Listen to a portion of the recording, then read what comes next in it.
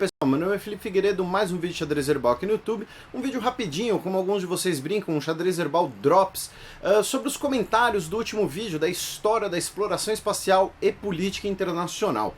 O primeiro deles é que o cachorro que eu menciono do filme Guardiões da Galáxia não é a Laika, é um personagem da Marvel chamado Cosmo, que é baseado na Laika, né? Por isso que é a mesma raça, usa a roupa da União Soviética, né? Tem ali um CCCP e tal, mas de qualquer jeito é um personagem inspirado, mas é um personagem próprio da Marvel. Eu não sabia disso, eu desconhecia esse personagem, ele surgiu recentemente, na verdade, já nos anos 2000, mas fica aí o registro.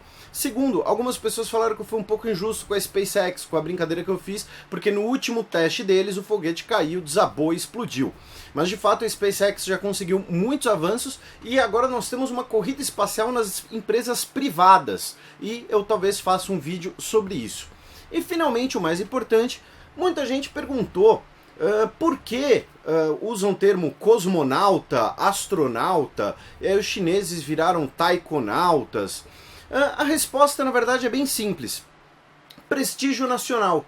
Né? Como a gente viu, aquela questão, inclusive, do clima de rivalidade da Guerra Fria, o clima de disputa, e o fato dos programas espaciais normalmente usarem muitas verbas nacionais, serem considerados grandes segredos tecnológicos dos países, é uma questão de prestígio e de orgulho nacional, a diferenciação, na verdade. Assim, o termo astronauta e o termo cosmonauta têm basicamente o mesmo significado. Né? Nauta é viajante em grego, né? E um viaja aos astros, outro viaja ao cosmos. Né? Astros, se a gente for fazer uma tradução mais literal, seria estrelas.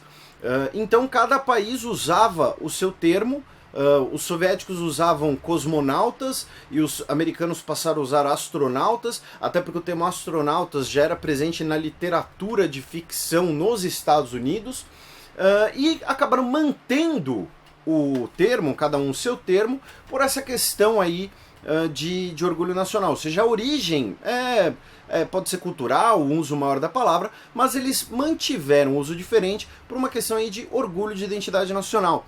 Depois, por exemplo, os franceses vão chamar seus astronautas de espaçonautas, e os chineses, a imprensa e os veículos ocidentais costumam traduzir como taikonautas.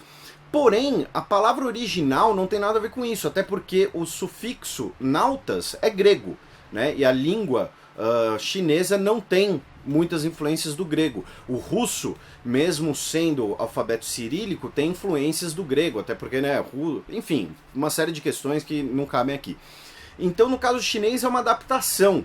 Né? O termo em chinês está escrito aqui embaixo, não vou tentar pronunciar, porém ele significa basicamente operador de viagens do espaço, uma tradução mais literal. Ele foi adaptado como taikonauta, que é seguindo aí o mesmo conceito de astronauta, cosmonauta, e virou taikonauta.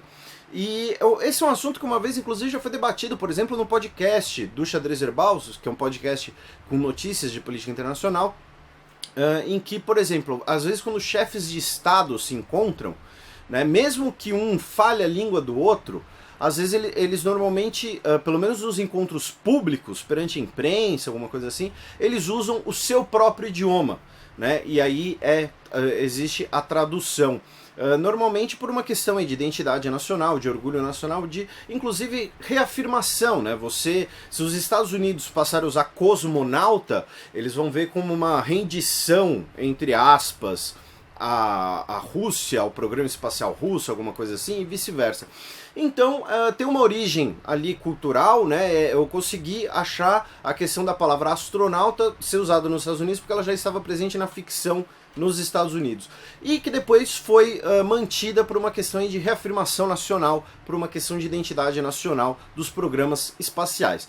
Então é esse o vídeo rapidinho de hoje, talvez não tenha nem ficado tão rápido mais, porque né, falei muito, mas como sempre, comentários, dúvidas, críticas, sugestões, o espaço dos comentários aí embaixo é de vocês.